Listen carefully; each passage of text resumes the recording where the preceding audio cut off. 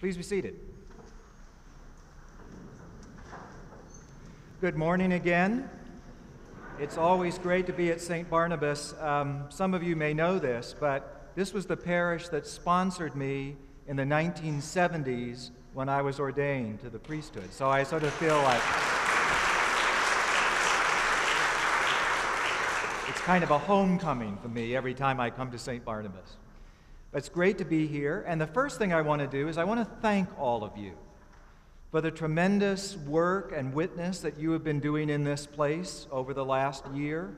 You've got your beautiful new building, right? Fantastic. And you've been doing all kinds of new and innovative programs, and I'm very grateful for your witness here. I also want to thank you for your generosity in giving to the work of the church, the larger mission of the church beyond St. Barnabas. You may not know this, but 17 cents of every dollar that you give to St. Barnabas goes to mission beyond this place. Some of that is through the Diocese of Arizona. And so your contributions help do things like support the fact that we have 3 full-time college chaplains in this diocese, the only diocese in the country that has 3 full-time college chaplains. You support our Spanish congregations. We have 5. We have a Sudanese congregation, and your generosity helps with all of those projects. Out of that 17 cents, 5 cents goes on to work in this country and beyond this country in the Anglican Communion through the rest of the world. One of the things you ought to know is your gifts also support our military chaplains who are serving our troops overseas right now, and that's all because of you. So thank you very much for that. The second thank you I want to give is to your wonderful clergy team with your rector Jim and Erica and Deborah and Phil, and I know how much you appreciate the job they do for you and how well they take care of you. Let's give them a hand of applause for this morning.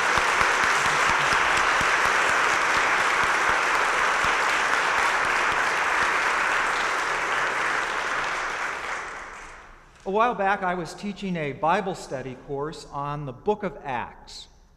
And I had a fellow in the class who kept asking this question. He said, what made those early Christians that we read about in the book of Acts, what made them different than Christians in the church today? How were they different from us?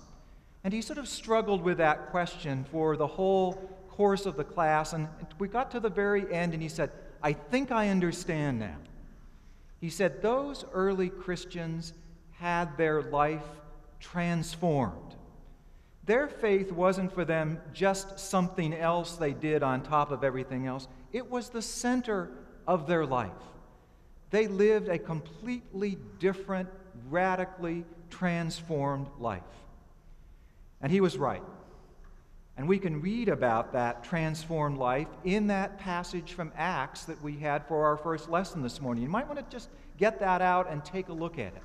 What were some of the things that those early Christians were doing? How did they live their life? Well, it says, first of all, that they went to church a lot. They were in the temple all the time. They were continually praising God in the temple. They were breaking bread together, having the Eucharist. It says that they had all things in common. That used to make us pretty nervous. We thought, what, were they communists or something? Well, I don't know about that, but they certainly were looking out for one another and sharing their possessions so that none of them were in need. And it also says that when they came together, they were in awe. They were in awe. When they would gather in a community, they were incredibly excited as they experienced what? Signs and wonders. They expected to see signs and wonders.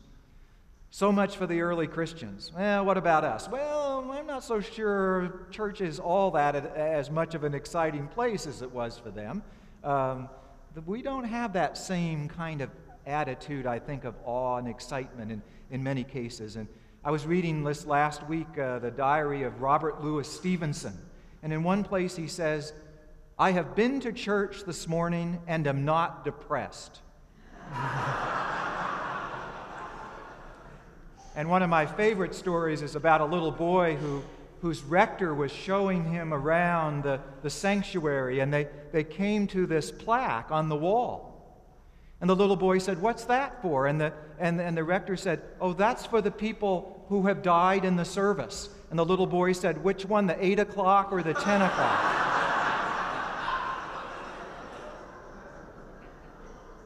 So sometimes we miss out on that kind of excitement, that transformation that those early Christians experienced and we read about in the book of Acts. Why were they transformed? Because their Lord was transformed. They were resurrected people. Their lives had been changed, and their very lifestyle reflected that. I don't think that we can stress this idea of transformation in the church enough. Peter Drucker, who some of you may know, one of the great business thinkers of our time, once pointed out that the church only has one product to offer to people, and that product is transformed lives. That's all we have to offer. So Peter Drucker says, the business of the church is transformation. The business of business is satisfaction. And those are two different things. But sometimes we confuse those things, don't we? We think that the business of the church is satisfaction, keeping people happy, providing a comfortable pew, endorsing the status quo, not challenging anyone. Or as one parishioner said to me not long ago, that church was a nice place to go before brunch. Well, that's hardly transformation, is it? That's satisfaction. And lots of studies have shown that it's transformation that the people who are unchurched, that's really what they're looking for in their life. They want to be a part of something where their life is changed at the deepest levels. They're not looking for a Rotary Club with vestments. They're not looking for a country club that has better music. They're looking for a transforming experience. And we know, all of us know, people in our lives who are spiritually hungry, that are looking for that kind of experience. And I believe that we can offer them that kind of experience. Now, when I was thinking about transformation, I started thinking about transformers. Now, if you are a younger person and you hear the word transformer, what do you think of? Tell me, what do you think of? The movie, yeah, and the movie's based on what? Those little action figures, right? That you twist them around and they're cars and they turn into something else.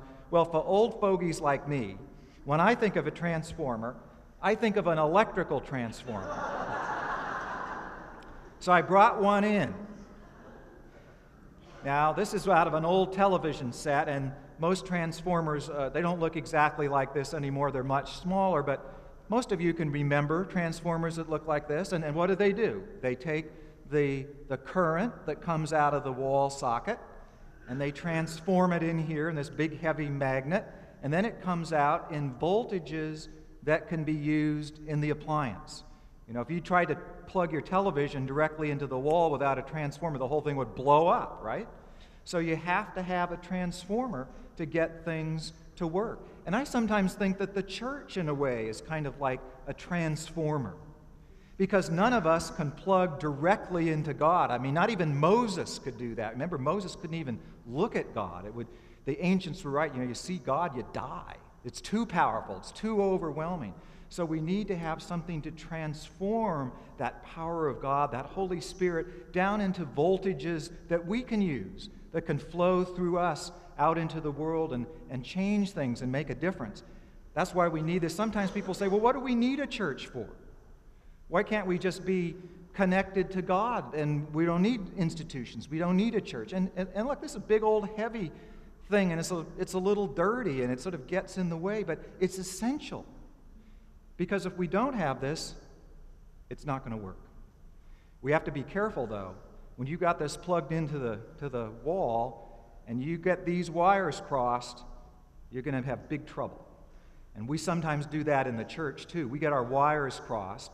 We don't allow the power of God to flow through us, but we turn that power back on ourselves, and then we start fighting among ourselves, and then we start creating fire and smoke, and the whole place blows up. In order for the transformer to work, we have to let the power of God flow through us and make a difference in the world. Now, what would that kind of transformed life look like? Well, I want to share a little story with you this morning. As some of you know, those of you who are being confirmed, I asked the people who are being confirmed to write me a letter and tell me a little bit about themselves. Share with me their spiritual journey. And a couple of weeks ago, I was visiting a congregation, and I read a letter that one of the confirmands wrote to me. He's about 30 years old. He just got out of the Army, where he had served in Afghanistan. And he told me about his spiritual experience of transformation. I asked him if it would be okay for me to share a little bit of this letter with you, and he said that he would be happy to have me do that. So I just want to read you a couple of paragraphs that he wrote in his letter to me. He talks about the struggles that he had in life. He tried all kinds of different world religions. He tried drugs. He felt by the time he got into the Army, he was a mess. And his family was falling apart. He didn't know if his marriage was going to survive. And he writes, "One night I lay in bed after a 12-hour shift, exhausted, depressed, and full of despair. I couldn't handle another night with these hurts. My relationship with my wife was a constant drain and source of anxiety. I didn't know how to talk to my family anymore. Night after night, I would be awake, feeling lost and hopeless. I was a broken person who had come to the end of his rope, weeping alone in bed in a combat zone. That night, I said the first prayer I'd said in about 8 years. I simply prayed to God to take it away. I turned to God and asked for his help. Instantly, this image of a rushing river flashed through my mind, carrying wooden boxes downstream. It was overwhelming, and it was the most powerful feeling that I've ever had.